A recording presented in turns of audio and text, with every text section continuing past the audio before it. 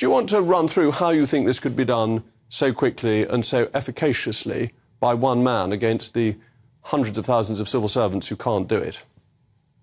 Well, I wouldn't say that that is particularly speedy. And when I said that I could do it on my own in a year, and I meant it, I planned to have holidays. And I also said that a competent law firm could do this within a month. And I still stand by that. This is 4,000 pieces of secondary legislation. Very little of it had any scrutiny when it was made.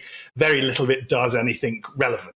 There have been an awful lot of myths about it. It's absolutely right that you highlight that maternity and paternity leave is going nowhere, because that's enshrined in an Act of Parliament.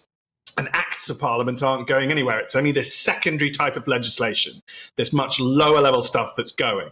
Now, it's true that the technical length of maternity leave is in one of these, but if it died tomorrow, the relevant minister could create it again the next day.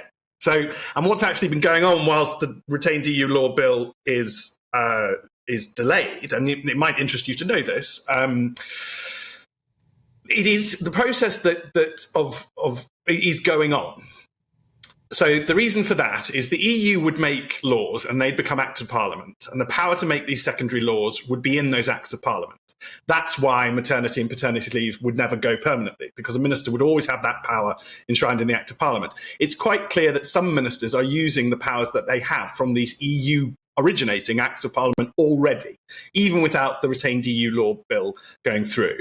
But what they are doing is they are flagging up things which are obviously silly, like the legal framework to meet the Kyoto 2020 agreement. Now, it's obviously 2023, so we don't need that anymore. So unsurprisingly, that has been repealed. A whole bunch of carbon dioxide stuff is gone, but that's because the EU is implementing a brand new carbon scheme, which, by the way, I think we will adhere to. And so you can get rid of these easy ones because they're obviously wrong. Anything that's being amended, like I was looking at one just before coming on, the EU had a regulatory system for aerosols. That's just being copied into our law. So it's no longer an EU law, that's gone. But everything that was the law of that, the whole regime, has just been copy and pasted into UK law. So anybody who wanted divergence, on the track record of what we're seeing, there will be no divergence. We will and this is where we need law. Political drive to get divergence. But the thing that worries me is that the civil service looks at the opinion polls, thinks there may be a different government in the not too distant future, and that it'll be much easier to track and follow the EU if we haven't done the divergence thoroughly by then. And therefore there's a sort of blob incentive to go slow. Well, I mean, if that's true, then I think the civil service has to face the embarrassment of that. Because I'm not sitting here saying I could do it in a year in some sort of dramatic or even interesting fashion. You know, this is not a particularly challenging task. These are not exciting or interesting laws. I mean, there are interesting policy options. So the EU took control of the UK mortgage market.